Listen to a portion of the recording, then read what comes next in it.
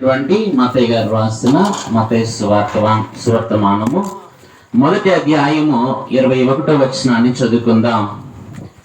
మత్తయి సువర్తమానం 1వ అధ్యాయం 21వ వచనాన్ని చదువుకుందాం. ఆమె ఒక కుమారుని కనును తన ప్రజలను వారి పాపముల నుండి ఆయనే రక్షించును గనుక ఆయనకు యేసు అను పేరు పెట్టుదవనెను. ఆమేన్. చిన్న ప్రార్థన చేసుకుందాం. మహాపరిశుద్ధులను ప్రేమ కలిగిన మా ప్రియ పరలోకపు తండ్రి, మీ ఘనమైన అద్వితీయమైన పావనమైన పరిశుద్ధమైన నామమునకు వందనములు స్తోత్రములు చెల్లిస్తూ ఉన్నాం. ఈ క్రిస్మస్ మాసములో క్రిస్మస్ బాలుడుగా, మరియమ్మ బాలుడుగా, మా అందరి బాలుడుగా మా మధ్య జన్మించిన యేసు స్వామి, మీకు నమస్కారములు చెల్లిస్తూ ఉన్నాం. ఈ క్రిస్మస్ మాసములో క్రిస్మస్ సంతోషము, శాంతి, సమాధానము మాకు అనుగ్రహించుటకు ఈ భూలోకంలో జన్మించిన మీరే మీ జన్మ సువార్తను ప్రభా మేము నాయన వినుచు ఉండగా, అయ్యా ఇదిగో తండ్రి, ప్రతి వారికి వినుబుద్ధి పుట్టించండి. వినగలిగిన చెవి, గ్రహించగలిగిన మనస్సును, మనస్సాక్షిని అనుగ్రహించి నాయన నన్ను సంపూర్ణముగా మీ ఆత్మవర్షంలోనికి తీసుకుని మీరే ప్రతి వారికి నాయన మీ జన్మ శుభములు, ఆశీర్వాదములు నాయన ఇదిగో ప్రతి వారికి అందించమని మా మంచి బోధకుడు, మన కొరకు రక్షకుడుగా ఈ భూలోకములో జన్మించిన ప్రభువైన యేసుక్రీస్తు వారి నామమున అడిగి వేడుకొనుచున్నాము మా పరమ తండ్రి. ఆమేన్. ఈ ప్రత్యేకమైనటువంటి కార్యక్రమంలో ఏకీభవించిన ಎಲ್ಲರಿಗೂ యేసుక్రీస్తు వారి యొక్క జన్మమును బట్టి రావాల్సిన శుభములు, దీవెనలు ప్రభు మెండుగా మనకు అనుగ్రహించును గాక. ఆమేన్.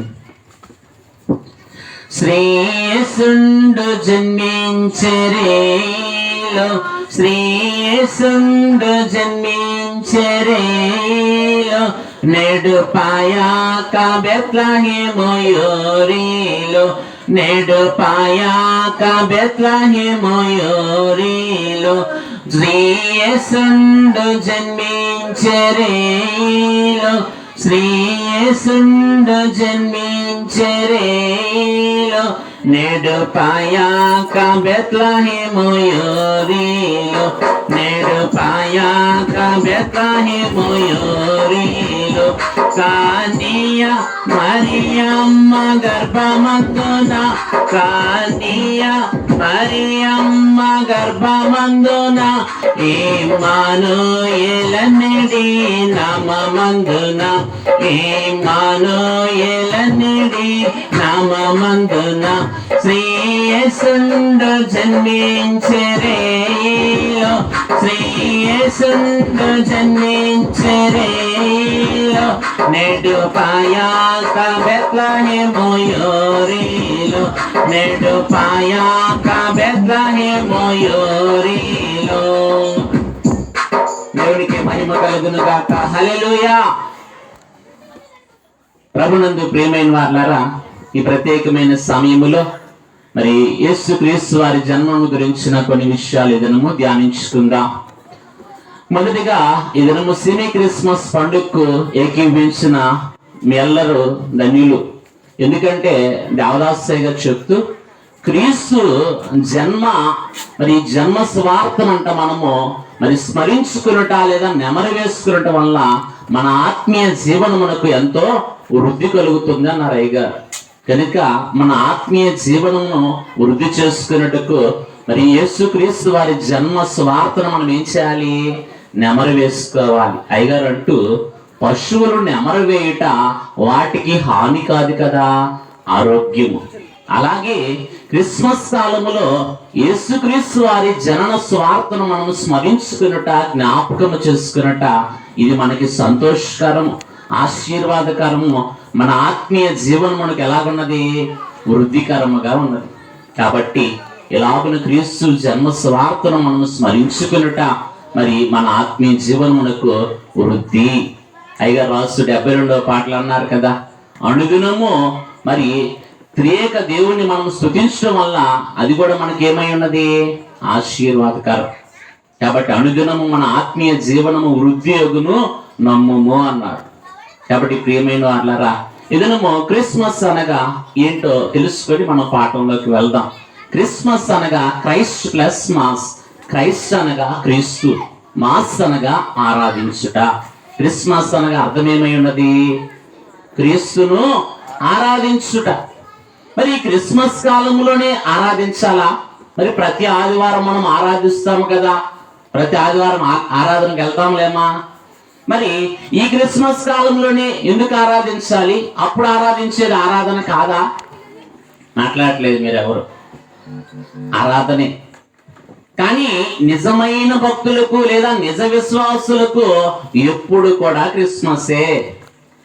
దైవజనులు పాడుకున్నారు, హల్లెలూయా హల్లెలూయా హల్లెలూయా, మాకెప్పుడును క్రిస్మసే హల్లెలూయా, హల్లెలూయా హల్లెలూయా హల్లెలూయా, హల్లెలూయా హల్లెలూయా హల్లెలూయా, హల్లెలూయా హల్లెలూయా హల్లెలూయా, మాకెప్పుడును క్రిస్మస్ హల్లెలూయా. బోలో క్రిస్మస్ కి. కాబట్టి నిజమైన భక్తులకు ఎప్పుడు కూడా ఏమై ఉన్నది? క్రిస్మసే. కాబట్టి క్రీస్తు ప్రభుని గురించిన స్వార్థ మనం వినుట మనకి ఆశీర్వాదకరం. స్వార్థ అనగా అనగా మంచి వార్త. వార్త అంటే సమాచారం. స్వార్థ అంటే అర్థం ఏంటి? మంచి సమాచారం. ఈ మంచి సమాచారాన్ని ఎవరు తీసుకొచ్చారు మరియమ్మ దగ్గరికి? గాబ్రియేలు దేవదూత తీసుకొచ్చి మరియమ్మకు ఈ మంచి సమాచారాన్ని మరియమ్మకు అందిస్తూ ఉంది. అవునా కదా? మరియా, నీవు ధన్యురాలు. పుట్టబో శిశువు ఎవరు?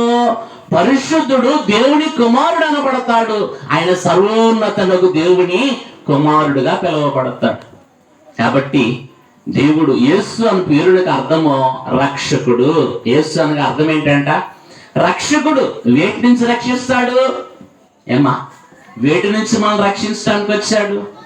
పాపముల నుండి, శాపముల నుంచి, అంధకార శక్తుల నుంచి, ప్రతి విధమైన చీకటి కార్యముల నుంచి, కడకు నరకాగ్ని నుంచి కూడా మనల్ని రక్షించగల రక్షకుడు ఎవరంటే ఈయనే.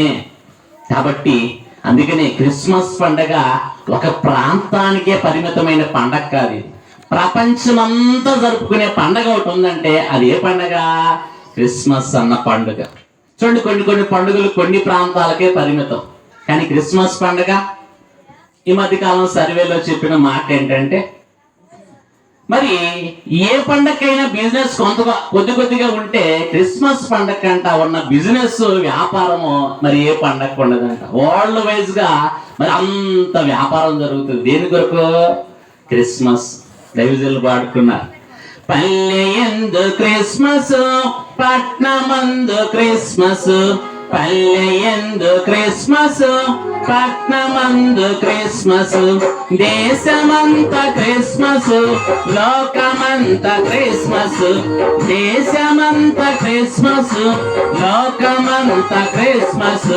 క్రిస్మస్ అన్న పండుగ చేసుకొన్న మెండుగా, క్రిస్మస్ అన్న పండుగ చేసుకొన్న మెండుగా, మానవాత్మ నిండుగా చేయకొన్న దండగా, మానవాత్మ నిండుగా చేయకొన్న దండగా. కాబట్టి క్రిస్మస్ పండుగ పల్లె యందు పండుగనంట, పట్నమందు పండుగ, దేశమందు పండుగ, లోకమంతా పండుగ. ఏ పండుగ చేసుకుంటున్నారు? క్రిస్మస్. మరి క్రిస్మస్ అంటే అర్థం ఏం చెప్పాను? క్రీస్తుని ఆరాధించుట. ఎలా ఆరాధించాలి? నా ఎన్ని ప్రశ్నలే ఉంటాయి, కొంచెం అపార్థం చేసుకోవద్దు. మీ గురించే, మీకు ఆన్సర్ తెలుసు, మీ చేత చెప్పిద్దాం.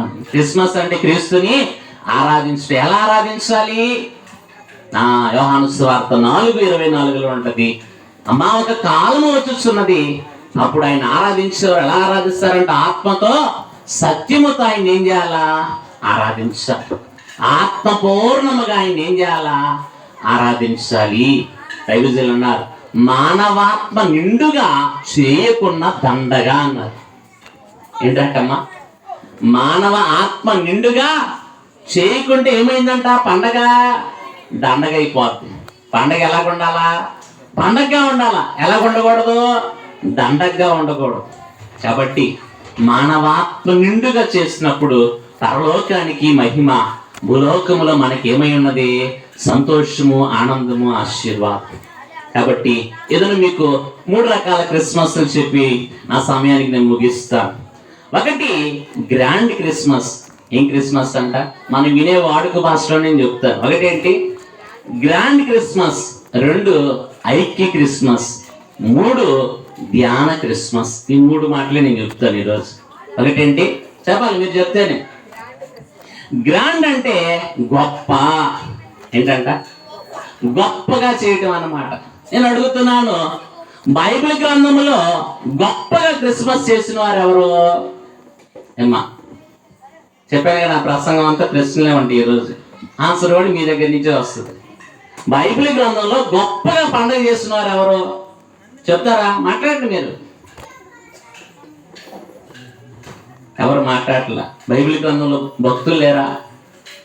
చాలా మంది భక్తులు ఉన్నారు. ఎవరు బాగా చేశారు గొప్పగా? ఏమ్మా నేను అంటున్నాను, బైబిల్ గ్రంథంలో భక్తులు చాలా మంది ఉన్నారు.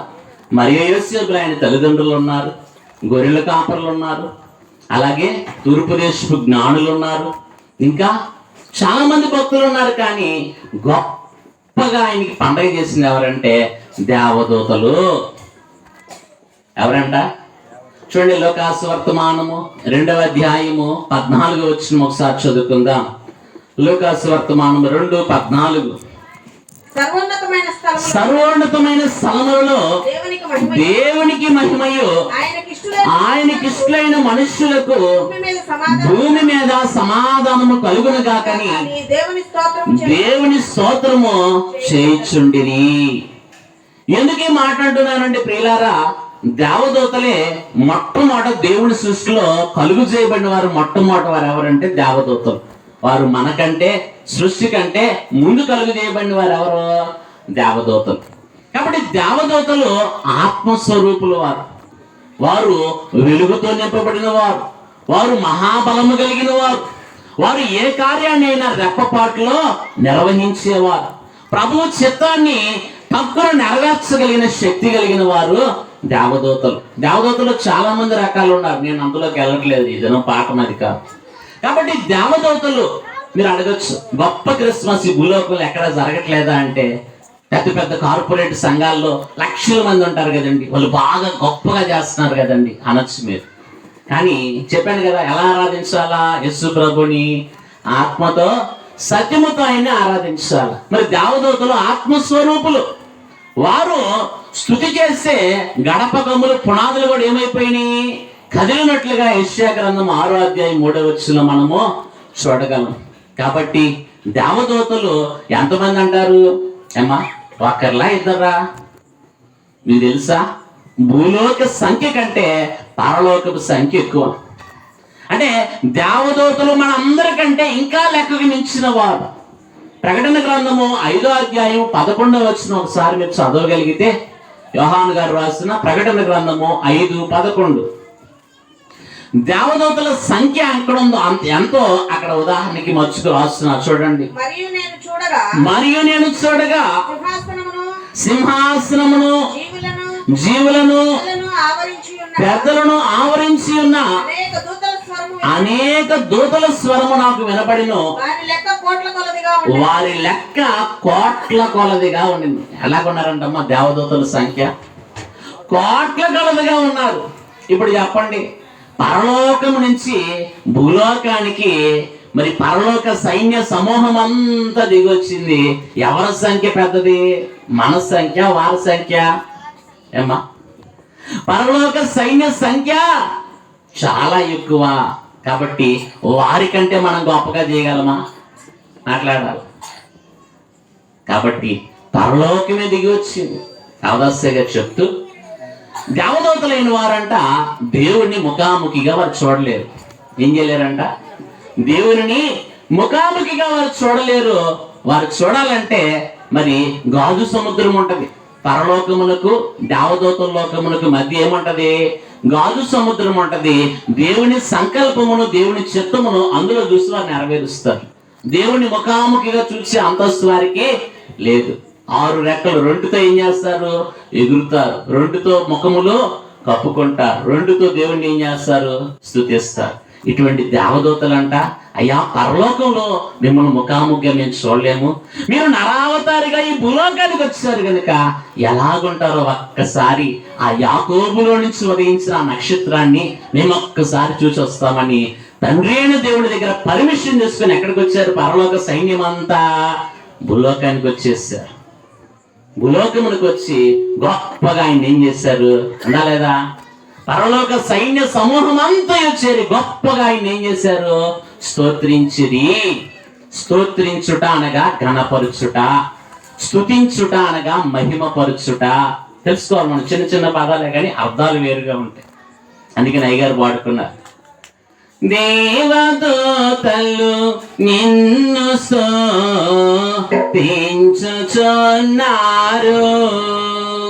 దేవదూతలు నిన్ను స్తుతించుచున్నారు,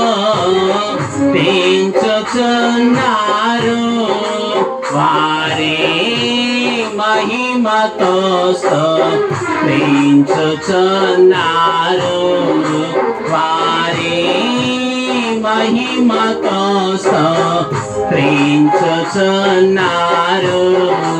దేవా నీవే స్తోత్ర పాత్రుడవు.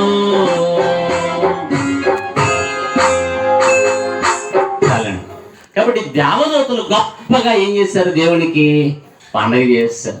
కాబట్టి మన భూలోకము కంటే పరలోక పండగ గొప్పదా కాదా? మనకంటే పైన ఉందా పరలోకం, కింద ఉందా? ఏమ్మా, అన్ని లోకములకు పైన లోకం ఏ లోకము? ఉన్నత లోకము అన్నారు అయ్యగారు. ఏ లోకం అంట? 19వ పాటలో రాశారుగా, అన్ని లోకములకు పైనున్న ఉన్నత లోకాన సన్నుతులు గొన్నాని దైవజనులు కీర్తించారు. కాబట్టి గొప్ప క్రిస్మస్ ఎవరు చేశారు? చెప్పాలి, దేవదూతలు చేశారు. అందుకని అయ్యగారు పాడుకున్నారు, దూతలందరూ కూడి రొయ్యాలో గీతము పాడిరి వయ్యాలో, దూతలందరూ కూడి రొయ్యాలో గీతము పాడిరి వయ్యాలో. దూతలందరూ కూడా ఏం చేశారంట? గీతములు పాడారు. అమ్మా, ఇందాక 2-3 పాడితేనే అదిరిపోయింది. మరి దూతలందరూ కూడి పాడితే ఆ కీర్తన, ఆ పాట, ఆ శృతి ఎక్కడి వరకు వెళ్ళిందంటారు? గగన మార్గం అంతా గణగణలాడిపోయిందంట. గగనం అంటే ఏంటి? ఆకాశము. గగన మార్గం. మరి గగన మార్గం అందు అంతా కూడా ఏమైపోయిందంట? ఉయ్యాలో గణగణ మ్రోగిను అన్నారు అయ్యగారు. ఏమైపోయిందంట?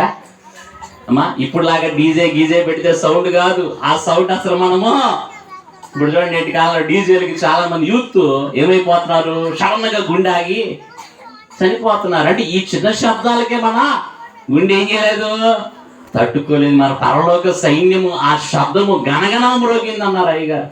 ఆకాశ మార్గం అంతా ఎలాగుందంట? చాలా రద్దీ అయిపోయింది. కోట్ల మంది దేవదూతలు వస్తున్నారు, ప్రభుని ఆరాధిస్తున్నారు. మరి ఆ మార్గం ఎలాగుంది? కాబట్టి ప్రియమైన వాళ్ళారా, గొప్ప గ్రాండ్ అనగా గొప్ప గొప్ప క్రిస్మస్ ఎవరు చేశారు బైబిల్ గ్రంథంలో అంటే? దేవదూతలు. అలాగే ఇంకా మనం చూస్తే రెండవదిగా ఐక్య క్రిస్మస్. ఏ క్రిస్మస్ అంట? కీర్తనల గ్రంథము 133వ దావీదు కీర్తన 1వ వచనం మనం చదువుకుంటే, సహోదరులు ఐక్యత కలిగి నివసించుట ఎంత మేలు, ఎంత మనోహరము. కాబట్టి క్రిస్మస్ పండుగలో ఏముండాలంట? ఐక్యత, యూనిటీ ఏముండాలంట అమ్మా? చూడండి, నేటి దినాల్లో ఐక్యత కరువైపోతుంది. అవునా? ఒకరంటే ఒకరికి పడదు. నేనంటే నేను, నువ్వెంత నేనెంత. యేసయ్య ఈ భూలోకానికి ఎందుకు వచ్చారు?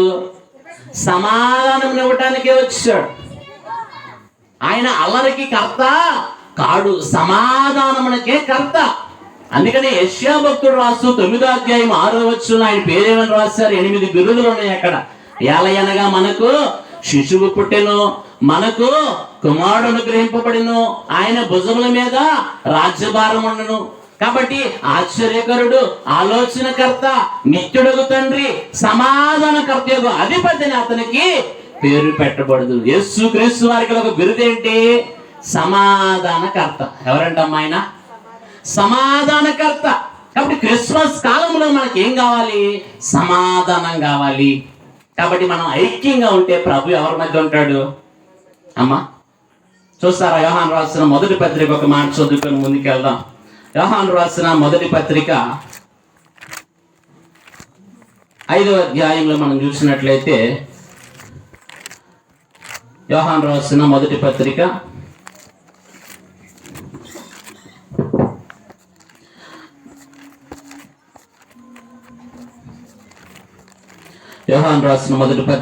4వ అధ్యాయము మరి 10-11 వచనాలు చదువుకుందాం.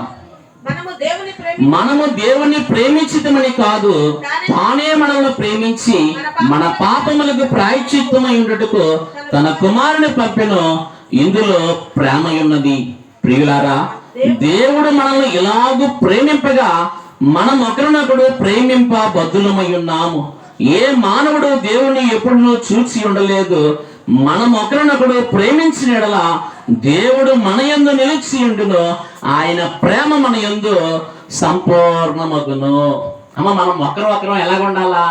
ప్రేమించుకుంటే ఎవరి మధ్య ఉంటారంటే మన మధ్య ఎవరు ఉంటారు? దేవుడు అంటాడు.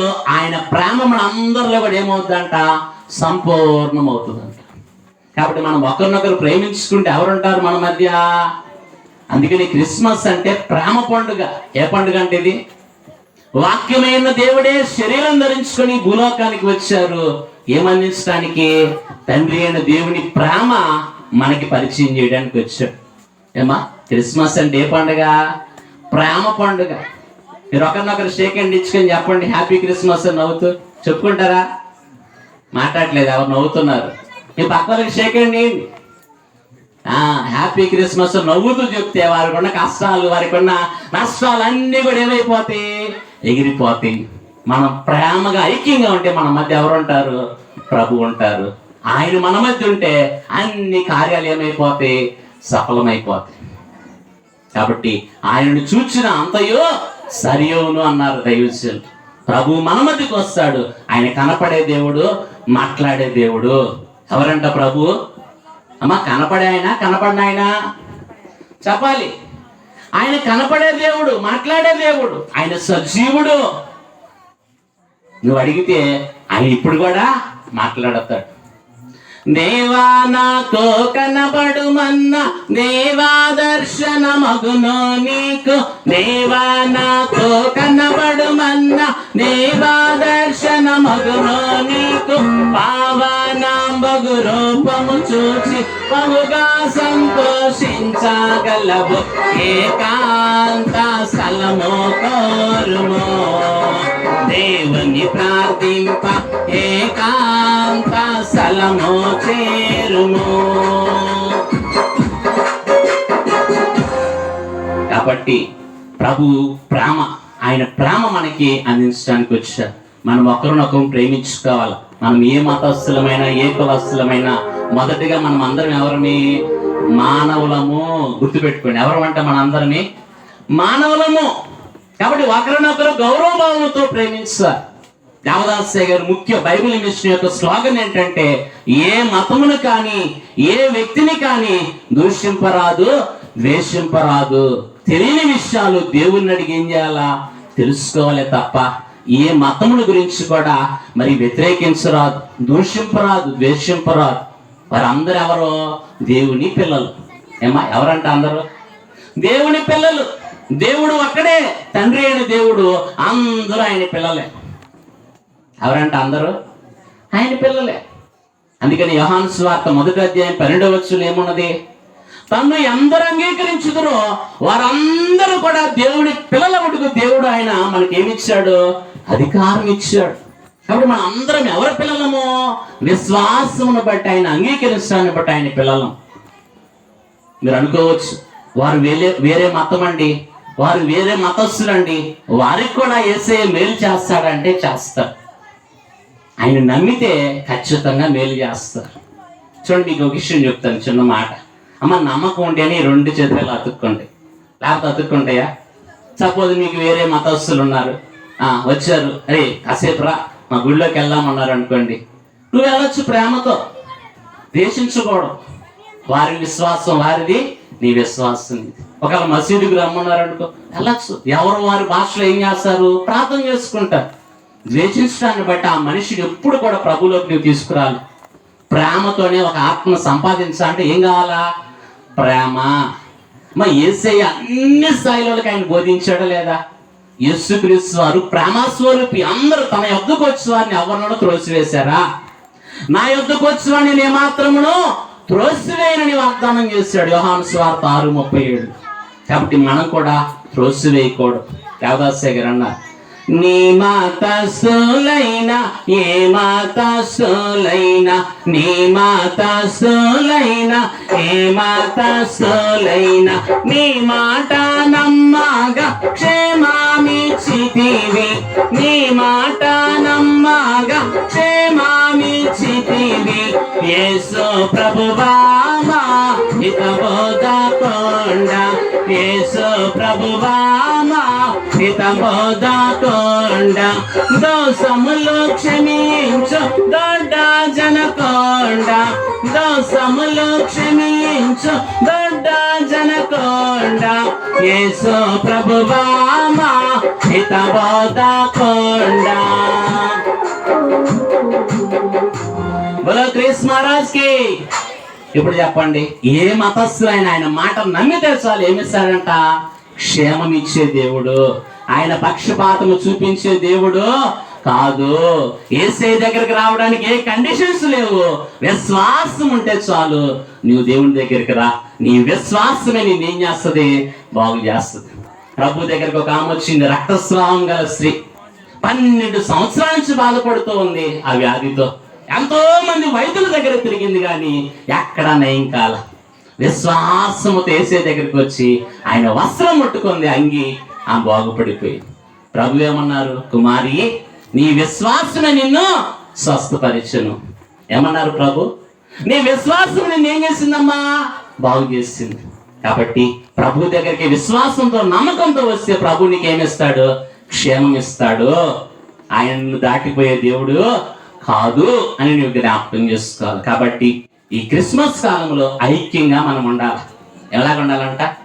ఐక్యంగా. ఎక్కడ జరుగుతుందో క్రిస్మస్ అక్కడ ఎవరు ఉంటారు? ప్రభు ఉంటారు.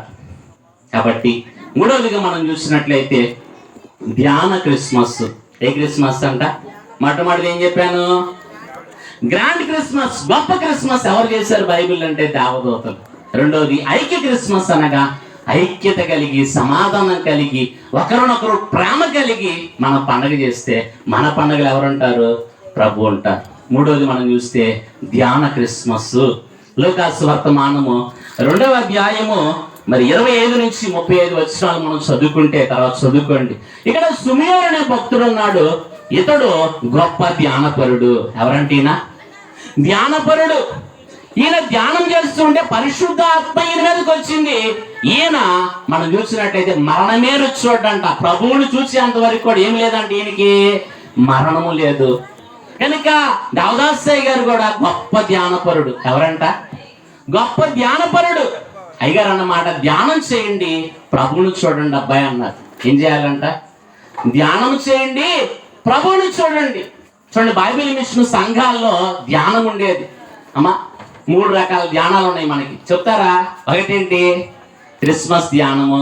2 శిలువ ధ్యానము. 3 మోషే సుఖోపవాస ధ్యానములు.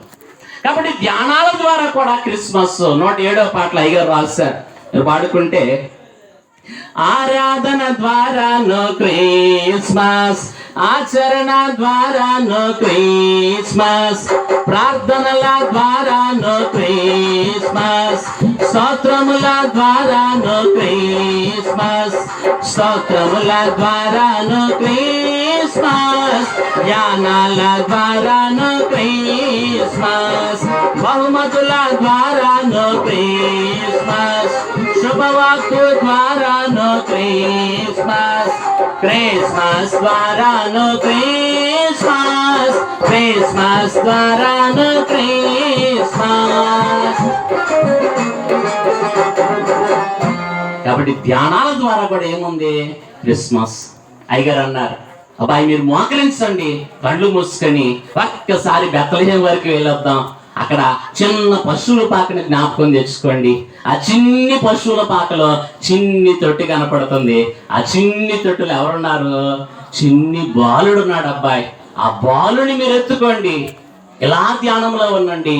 ధ్యానము మీకు గొప్ప స్థితిని కలుగు చేస్తుంది అన్నారు. ధ్యానము ధ్యాని జ్ఞాని అన్నారు అయ్యగారు. దావీదు గారు గొప్ప ధ్యానపరులు, జ్ఞానం కలిగిన సొలొమోను గారు పుట్టారు అబ్బాయి అని అన్నారు. మనం కూడా ధ్యానం చేస్తే మన పిల్లలు కూడా ఎలాగుంటారు? జ్ఞానవంతులుగా తయారవుతారు. ఎలా తయారవుతారమ్మా? జ్ఞానవంతులుగా.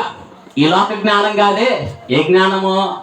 పైనుండి వచ్చే జ్ఞానము శ్రేష్టమైనది. చూస్తారు, ఒకసారి ఒక మాట చదువుకొని ముగించుకుందాం. యాకోబు పత్రిక 5వ అధ్యాయం మీరు చూసినట్లయితే, యాకోబు పత్రిక ఒక మాట చూస్తే పైనుంచి వచ్చే జ్ఞానము ఎంత శ్రేష్టమైనదో ఇక్కడ ఒకసారి చదువుకుందాం. యాకోబు పత్రిక 3వ అధ్యాయము 15వ వచనం చదువుకుందాం. ఈ జ్ఞానము పైనుండి దిగి వచ్చినది కాక భూ సంబంధమైనది, ప్రకృతి సంబంధమైనది, దైవముల జ్ఞానము వంటిదై ఉన్నది. ఏలయనగా మత్సరమును వివాదమును ఎక్కడ ఉండునో అక్కడ అల్లరియు ప్రతి నీచ కార్యమును ఉండును. అయితే ఇప్పుడు వినండి, పైనుండి వచ్చు జ్ఞానము మొట్టమొదట ఒకటి పవిత్రమైనది, తరువాత సమాధానకరమైనది, మూడవది మృదువైనది, నాలుగవది సులభముగా లోబడినది, ఐదవది కనికరముతో కూడినది, ఆరోది మంచి ఫలములతో నిండుకున్నది, ఏడవది పక్షపాతమైన వేషధారణను లేని జ్ఞానము. అమ్మ 7 విషయాలు ఉన్నాయి. దేవుని జ్ఞానం పైనుంచి వచ్చే జ్ఞానం ఎటువంటిదంట?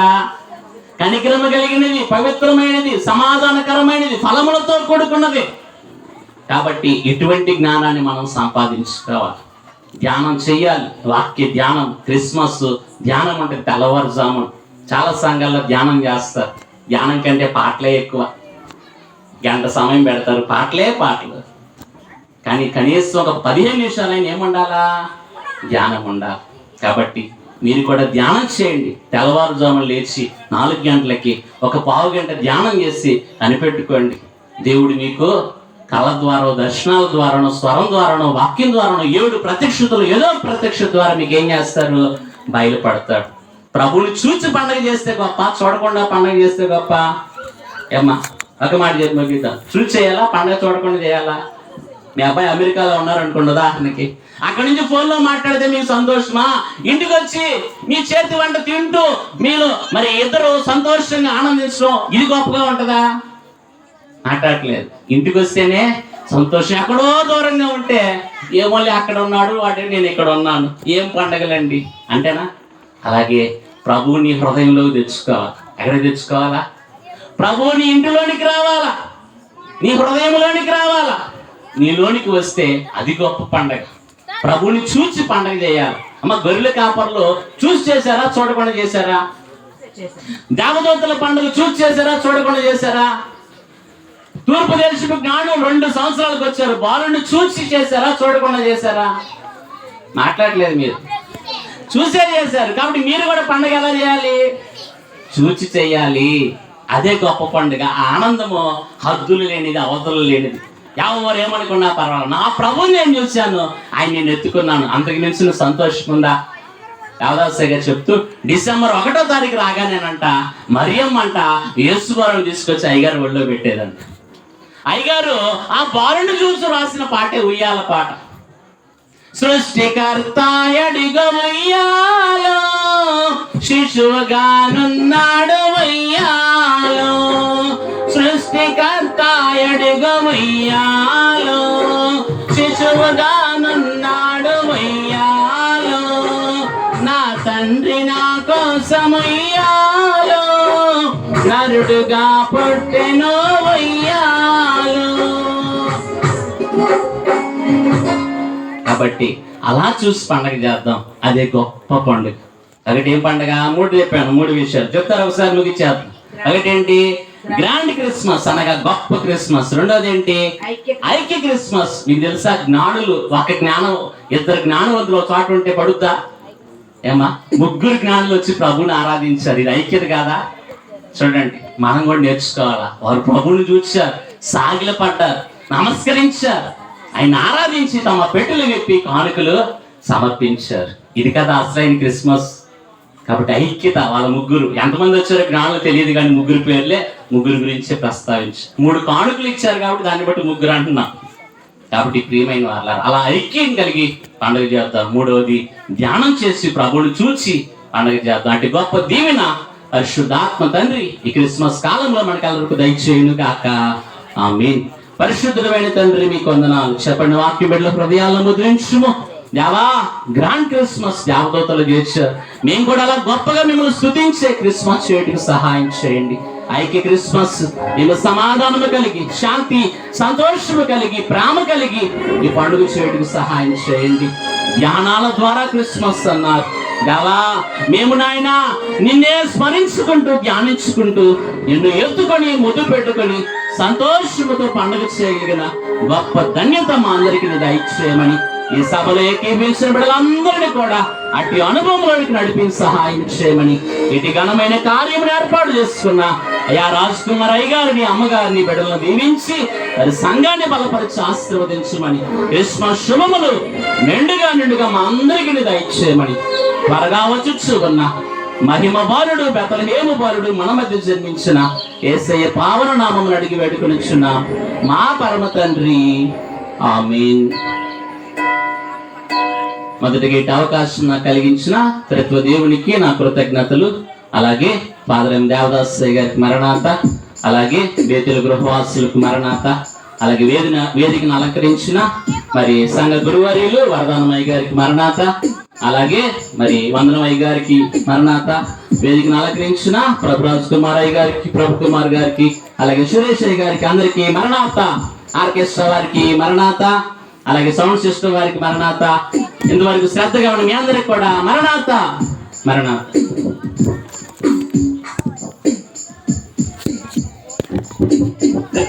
సంతోషం. శ్రేష్టమైనటువంటి సంగతులు